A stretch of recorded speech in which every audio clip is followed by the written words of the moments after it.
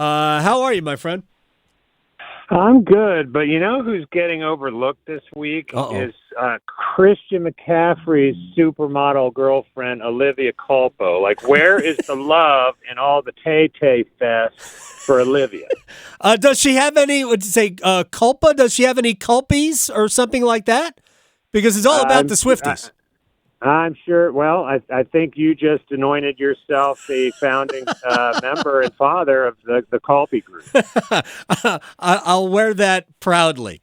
All right, you have a ranking of the top 10 free agents I want to get to in a second. Is the best development, though, in the hiring of Dave Canales that he has been able to convince Ejiro Evero to stick around? I don't think there's any question. And we haven't heard the rest of his offensive staff, but, you know, all due respect to some of the guys that he's hired over there. I mean, Ejiro Evero he's going to be a head coach in this league. Yep. And I think that was what Avero's camp was concerned about is, now, wait a minute. I know you hired me and you gave me 3 years at a very nice number, but you did so when Frank Reich was the coach. I don't know Dave Canales. Right. Frankly, I don't know how great the prospects are going to be, and how does this impact me, Ejiro Evero's future head coaching prospects? So, I get where that was coming from. Unfortunately for him, but fortunately, as you said, for Dave Canales and Panther fans, is Ejiro just did not have much leverage. I mean, unless he was going to get a head coaching job this year, Dave Tepper made it pretty clear he was just going to continue to block Evero from taking lateral moves. So, look, I mean, was the defense perfect last year? No, it wasn't. Brian Burns took a step back as a pass rusher. The pass rush in general and turnovers / takeaways were not great. Mm-hmm. Part of that was because the offense didn't score, and the defense never went into the fourth quarter. Not once, with a lead where the opposition was having to throw to catch up, which, as you know, are the big-time sack and strip sack and takeaway opportunities where you start to pad those type of statistics. Not to mention, it seemed like the defense was on the field like 60% of every game. I mean, I know it wasn't necessarily that, but the defense was on the field a lot, and if the offense is also turning it over, there's nothing good about that. Joe Person from The Athletic is joining us here on the Adam Gold Show. All right, what is job one for Dan Morgan? Figuring out Brian Burns, who we just talked about. Right. I mean, this is a guy. They don't have a first round pick, as you know. Mm-hmm. I don't know that they really, listening to Dan Morgan answer that question last week, he didn't sound, maybe he wouldn't have shared it publicly, but he's like, look, 33rd pick is pretty much like a late first round pick, and he's right. Sure. But one way or another, if you're thinking about tagging and trading Brian Burns, what are you looking for in return? I mean, they've already missed the opportunity of a lifetime a couple of years ago with what the Rams offered. They're not going to get that again. Right. Especially after Burns' numbers dipped last year. But you could still get, a pretty decent haul, I think, for Brian Burns. But, Dan Morgan was Scott Fitterer's number 2 when the Panthers turned that offer down. And so my sense would be that they'll probably hang on to Brian Burns and hopefully try to extend him rather than, have to use the franchise tag, which would be a big number, somewhere around $20 million, that cuts immediately into your salary cap situation. Right. That's the other thing is it's hard to, I don't want to say rebuild, but in my opinion, it is a rebuild. I mean, I've talked to people about this, that we have different opinions on what the state of the roster is. I think the roster needs, anywhere from a 30 to 50% overhaul, and it's hard to do that without draft capital and without cap space, because if you use cap space to re-sign Brian Burns, you're going to have to use more to re-sign Frankie Louvu. Maybe not a ton, because I don't think he's necessarily going to break the bank in free agency. But you also want to think about Derek Brown. Right? I mean, there's so many things that even though he's not necessarily going to walk out the door as a free agent, they've got a lot of things to think about when it comes to future money allocation that I just don't see how you keep Brian Burns and get better. Well, that's the one thing about an extension, how as you know how that works with Louvu too. Like if you sign them to long-term deals, then the signing bonus gets prorated out Right. over the course of the deal, and you can put him at a low salary. That's how most of them manipulate the cap. Eventually, you're going to pay the piper down the road, Right. but they could they could do it to where this year's salary cap was not impacted. It would be much to their benefit if they extend him rather than have $20 million 1 year guaranteed salary go against the books. I mean, that's Right. the worst case. But they might have to. You know, like Burns was pretty well dug in. He and his side last July and August. Uh-huh. But you know, he just had a pretty mediocre year by his standards. So maybe he's lost some of that leverage. To your point about the roster, I agree with you, as do a lot of people across the NFL. I was at the Senior Bowl last week in Mobile, Alabama, and talking to agents and personnel guys from other teams, and they're all of them to a person said that's a bad roster. You know, like that Dan Morgan's got a lot on his hands because there's a lot to fix there. I mean, is it devoid of talent? No, it's not. But from 1 to 53, it's kind of a mess. And so I go back to your point. Like, they got to fix the offense, but at least they're starting from a decent position defensively. And if you keep a J.C. Horn healthy, Derek Right. Brown is we're seeing him play like he did at Auburn, which is among the most disruptive interior linemen in the game. Love him. But a lot to fix on offense, as you know, tight end, principally wide receiver or 2 or 3. And I think they need more depth up front. I mean, yes, you're not going to have to. There's no way the injury situation at guard is going to be worse than it was in 2023. But you still want to protect yourself, which I don't think they did a good job of last year. If Joe Person is joining us here, covers the Panthers for The Athletic. If the Panthers, let's just dream for a second, if they have a healthy season on the offensive line, is their offensive line top half of the NFL? I don't know if I'd go that far.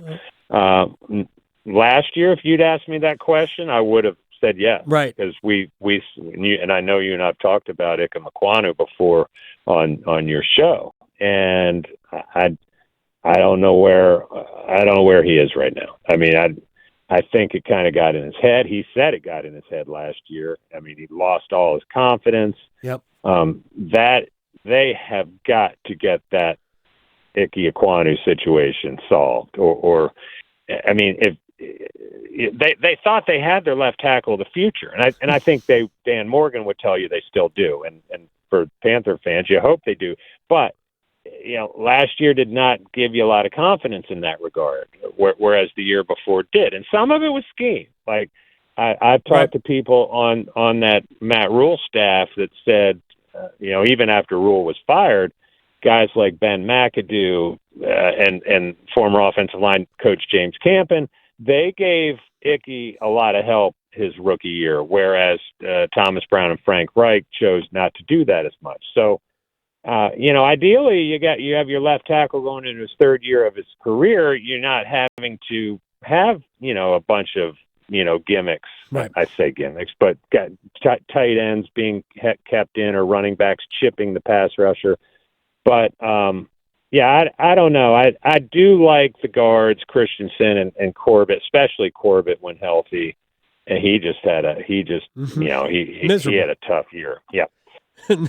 All right, to wide receiver, did we I look at it, I see Adam Thielen, who, in my opinion, is a great possession guy, really the tight end that they never had. He plays more like a tight end who can run. Put 20 pounds on him, he's Jimmy Graham maybe. But we had really nothing out of Hayden Hurst or the other tight ends. And while Jonathan Mingo occasionally flashed at times last year, I'm just not sure what he is. What is the level of optimism that Mingo becomes good? Or, since you can get wide receivers anytime in the draft, somebody named Puka Nacua was a 5th-round pick and a superstar. It's amazing how this happens across the league. So when you look at that position, do they need 3 new guys? 4?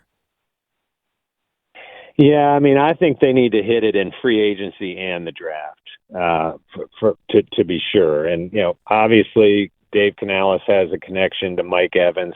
I don't know how strong it can have. They were together one season, right? not even 12 months. So I think Panther fans who think that Canales is going to deliver Mike Evans, I think that's a little unrealistic. Now, Dave Tepper's millions might help land them. But I had this conversation with someone a couple of days ago. If you're Mike Evans, granted, Mike Evans won a Super Bowl with Tom Brady. He's not the guy chasing the elusive ring, right? But you still want to go somewhere where you're going to be relevant. And if I'm looking at this roster, a lot of it depends how these guys feel about Bryce Young. But I'm not sure if I'm Mike Evans. I think I'm looking elsewhere first. Right. And then if Dave Tepper, gives you a life-changing deal and blows the rest of the market away, then so be it.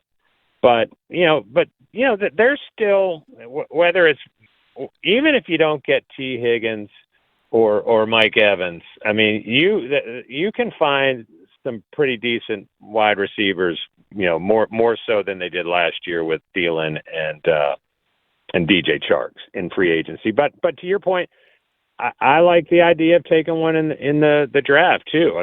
I kind of like it at 33. They may decide, depending on what happens with Brian Burns, that they need a pass rusher there.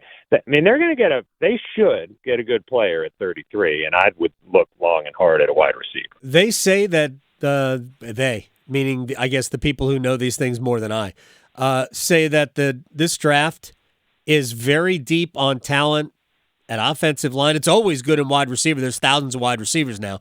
But offensive line, defensive back, there's a lot to be had in this draft. They could get offensive line help. My suggestion would be to trade Brian Burns, get the most you can for him, and then even take some of those picks and even trade back a couple of times to see if you can accumulate maybe an additional day 2 pick or maybe some extra 4th rounders. I think they need, it's almost safety in numbers. They've only got 6 picks and not a ton of cap space to work with, so there's a lot of work to be done. Would Mike Evans look good in a Kansas City Chiefs uniform, Joe? Man, oh man, he'd look good in about any uniform. That's but true. I did want to follow up on the point you were just making, Adam, and that's the idea of accumulating picks and not looking that sorry, I'm fumbling for my words. Greg Olsen last week, that's who I was trying to say, right, told me he did a little media blitz for his charity, and he said, you hope the Panthers don't look at this and think they're one player away. And be it wide receiver, right. I think that's what he was talking about. To your point, the fact that they hired that in a cycle where they chose not to even talk to Bill Belichick or Jim Harbaugh, they did have a kind of what seemed to be kind of a almost like a just for show only interview with Mike Vrabel. Right. But when they go and they hire 2 guys, Dan Morgan and Dave Canales, first-time GM, first-time head coach, who did not draw interview requests from any other team, and then they gave them 6 years. I think that tells you, we're okay. David Tepper and patience is right. not two things you want to put in too many sentences together. But I do think you can't necessarily view this as like, oh my gosh, we're going to get T. Higgins and we're going to the playoffs next year. Gosh, I mean, it just doesn't feel like that to me, that there is too much heavy lifting to be done. And so to your plan about draft picks, I think it makes a lot of sense on some levels. Who's winning Sunday? I just picked for the Athletic against my better judgment. I went, my heart told me to go with Steve Wilkes and Christian McCaffrey, and to a lesser degree, Sam Darnold. So I'm going 49ers, and I picked against the Chiefs last year too, and so yeah, it worked out well. That worked out great. Fool me once, and I guess I'm about to be fooled again. Joe Person at Joseph Person on Twitter. Thank you so much, man. I'll talk to you soon. Enjoy the Super Bowl, buddy. You too.